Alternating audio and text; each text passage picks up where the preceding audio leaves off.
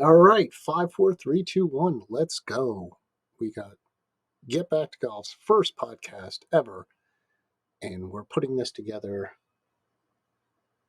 in literally less than 24 hours when someone asked me to do a podcast. And I used to do them 20 something years ago back in the day when Adam Curry was the godfather of podcasting. I'm sure nobody even knows who Adam Curry is anymore. He used to be the MTV VJ that did all the metal. He had like the it wasn't a mullet, but it was a pretty nice flow, I gotta say. But guys, everybody is at the Flamingo Open. Views are down on TikTok due to the fact that pretty much everybody's out having fun, partying, playing golf, avoiding hurricanes, and doing all that fun stuff. I'm going to try my best to keep this podcast as clean as possible. I actually wanted to have a guest on tonight to test the old guest thing out, but wasn't quite ready to go. So I don't know how the whole guest thing's going to work. But let's talk about the Flamingo Open. They battled some elements in the morning, cleared out. Looks like they all had a good day. They're all wondering where the guy I'm at. I'm in New Jersey and not playing golf. I know a lot of people that had a real tough time getting to Florida due to the fact that sometimes the flights were just canceled. So, but the Flamingo Open is in Orlando, and second of the Invitational.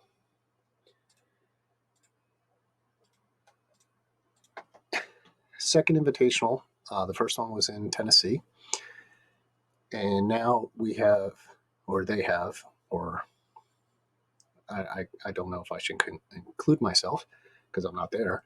The Create Tour. So it's a bunch of creators that have come together to build a golf tour. And apparently they want to go from state to state.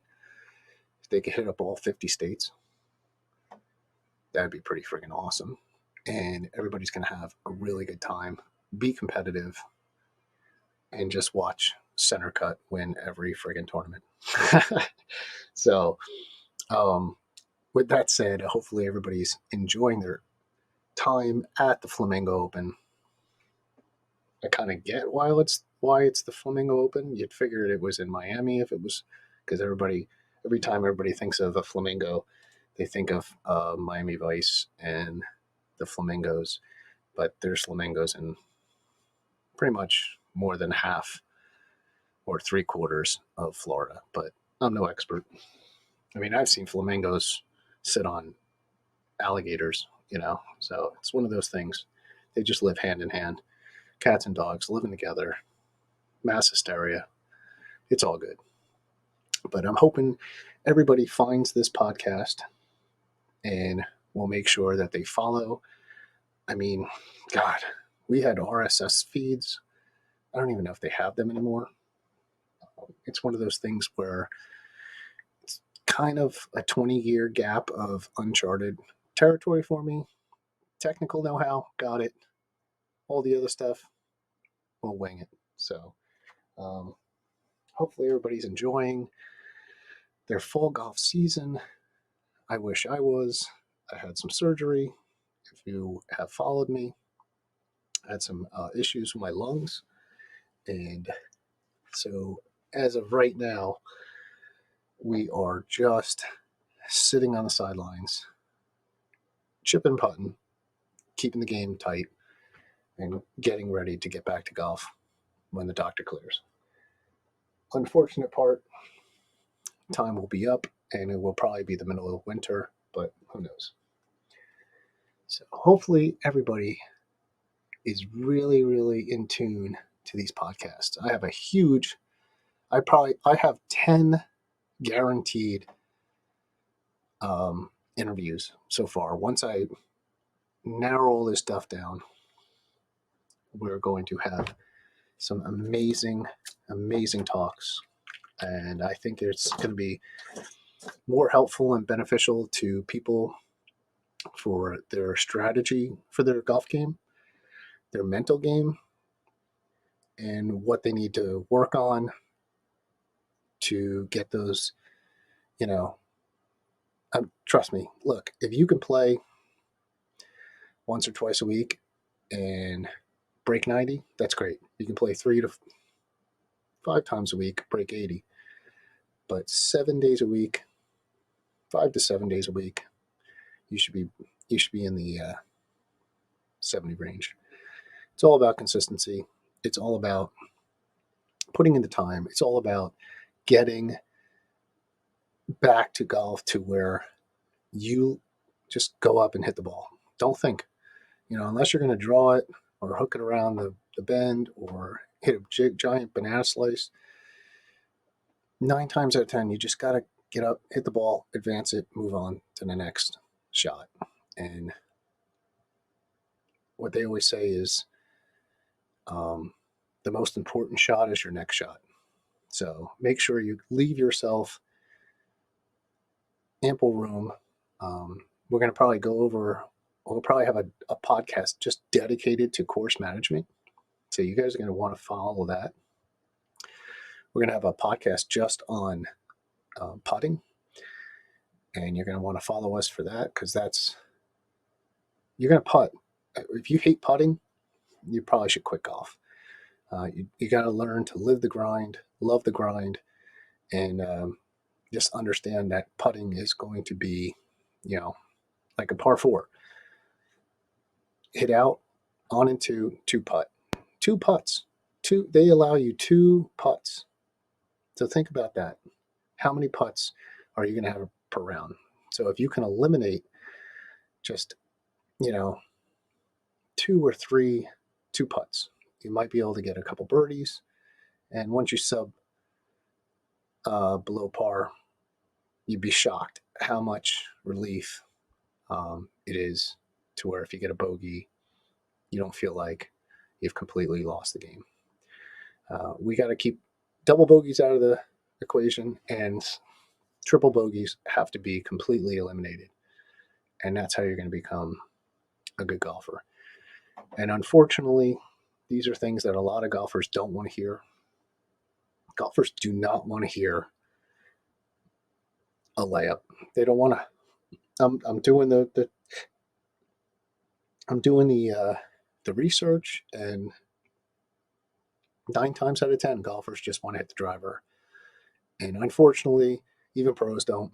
I mean, Henrik Stenson had his best years of his career just hitting a 3-wood. Yes, he was hitting a 3-wood about 330 on average, and he was a monster. And I forgot what was that crazy Boss? Yeah, he's sponsored by Boss. Do they make cologne or something, or clothes? I don't know. But those are the things in life you got to find what's working for you. And why is a 3-wood so much easier to hit than a driver? We'll get into that too. So make sure you guys are following, subscribe to this new podcast. We're going to have tons and tons of guests, product reviews, maybe, sponsors, veteran-owned companies, which we are very huge into. I'm a big advocate for veterans. I've done so many things in my past, in probably the past 10 years for veterans, to the fact where I feel that they need to get as much recognition to golf, society, and just life in general, because these are people that are putting their life on the line for us, and we didn't ask them to do it. So that's pretty impressive. Tons of respect, and I know a lot of them, and I love them all. So we're 10 minutes in, and I really didn't think I was going to have 10 minutes to talk about golf. But we're going to also go over Um, what clubs I think you should have in the bag. I also am going to talk about what kind of books, um, audio slash, handheld books, you know, books in your hand to read. Uh, we're going to talk about other podcasts, which are golf related and maybe even mentally related. Um, I don't want to say mentally because mentally sounds bad, but dude, I'd say you can practice all day long, but if you have that 1 ounce of negative thoughts in your mind when you're playing golf, that's going to happen. You're going to say, you get up, you get 4 holes in, you're 1 over, and you get to that hole that is your nemesis, and you go, oh my God, there's water on the right. I'm going to pump it right into the water. And you know what? You're going to pump it right into the water. You just got to get beyond the mental aspect. People have to understand confidence is key. Not confidence is key, but you don't have to be cocky to have confidence, if that makes any sense. I think people have a real difficulty. You can be humble and still be confident. And it's one of the difficult things I think people have, um, separating those two together. So hopefully everybody's enjoying. I think these podcasts have to go an hour long. I am definitely not going an hour on the first one. Um, I don't even know how this is going to look because I can't really even see myself. I'm just basically talking into a camera. I got a light on with a little bit of a filter on my face so I don't look completely blown out. Let's see. That's without the filter. That's too much light, and that's so it's definitely a touch and go right now. And hopefully you guys understand that this is a work in progress.